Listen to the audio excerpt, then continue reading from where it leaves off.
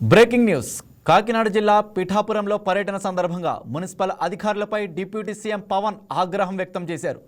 Municipal మంత్రి నారాయణ ఎదుటే పవన్ తీవ్ర ఆగ్రహం వ్యక్తం చేశారు. పారిశుద్ధ చర్యలు అరకొరగా నిర్వహించడంపై ప్రశ్నించారు. పరిస్థితుల్లో నెలలోగా మార్పు రావాలని కలెక్టర్ను ఆదేశించారు.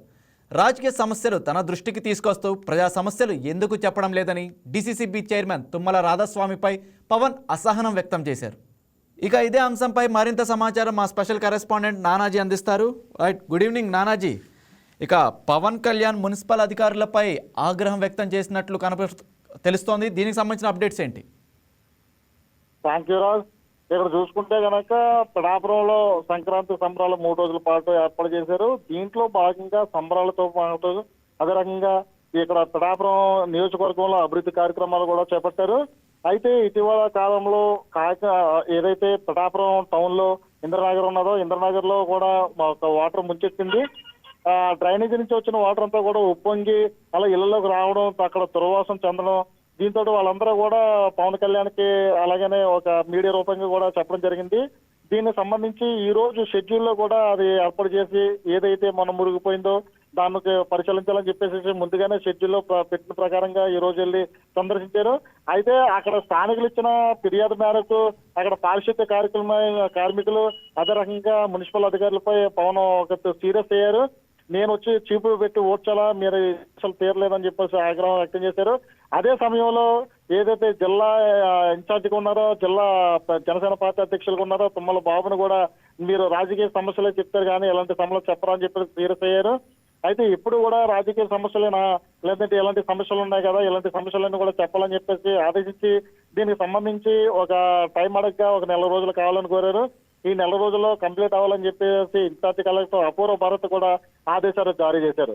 దీంతో అక్కడ ఒక ఎదురుగా ఉన్న మున్సిపల్ శాఖ అదే మంత్రి కూడా నారాయణ గారు కూడా పక్కన ఉన్నారు.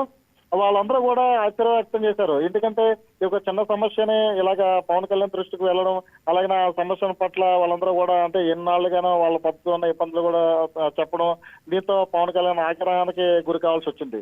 వెంటనే అక్కడ ఉన్న అధికారులందరూ కూడా మేము ఇమ్మీడియట్ గా దీని మీద యాక్షన్ తీసుకుంటామన్నారు. అది ఏలేరు కాలువ నుంచి వచ్చే నీరు అలాగే పంట పొలం మీదుగా అలాగే సముద్రంలో కలుస్తుంది. అయితే ఇది ఎప్పుడు కూడా కాకినాడ టౌన్ లో ఉన్న వ్యర్థాలు అన్ని కూడా దాంట్లో వేసేయడం వల్ల, దాంట్లో కూడా డెక్క అలాగే కొన్ని వేస్ట్ అంతా కూడా వేసేయడం వల్ల ఒక్కసారి అలాంటి డ్రైనేజీ ఉప్పొంగి రోడ్ల మీద వచ్చే పరిస్థితి ఉన్నది. ఏదైతే కాలువ ఉన్నదో కాలువన షిల్ట్ అంతా తొలగించి దానికి సంబంధించిన ఒకవేళ నీరు సజావుగా పోయినట్టు చేస్తే ఇలాంటివి మళ్ళీ తిరిగి జరగకుండా ఉంటాయని చెప్పేసి చెప్పారు. అదే రకంగా పవన్ కళ్యాణ్ పక్కన ఏదైతే కాలనీలు ఉన్నాయో మోహన్ నగర్, అదే రైల్వే ట్రాక్ పక్కన ఉన్న ప్రదేశాలు, ఈ ప్రదేశాలన్నీ కూడా స్వయంగా చూసి వాళ్ళకి అధికారులకి మళ్ళీ వచ్చే టైంకల్లా ఎలాంటి లేకుండా ఉండాలి, శుభ్రంగా ఉండాలి.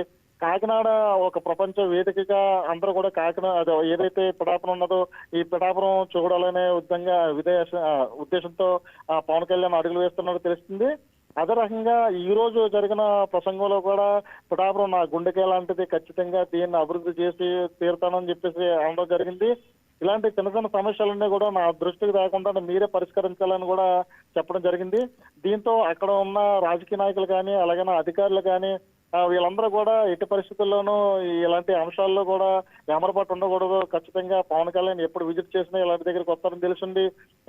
వాళ్ళకి అసౌకర్యకి గురైన వాళ్ళందరినీ కూడా వాళ్ళకి ఒక 1 నెల రోజుల పాటు మీకు యథావిధిగా చేసి మీకు ఎలాంటి అసౌకర్యం మళ్ళీ కూడా కలగకూడదని చెప్పేసి పవన్ కళ్యాణ్ హామీ ఇచ్చినాడు.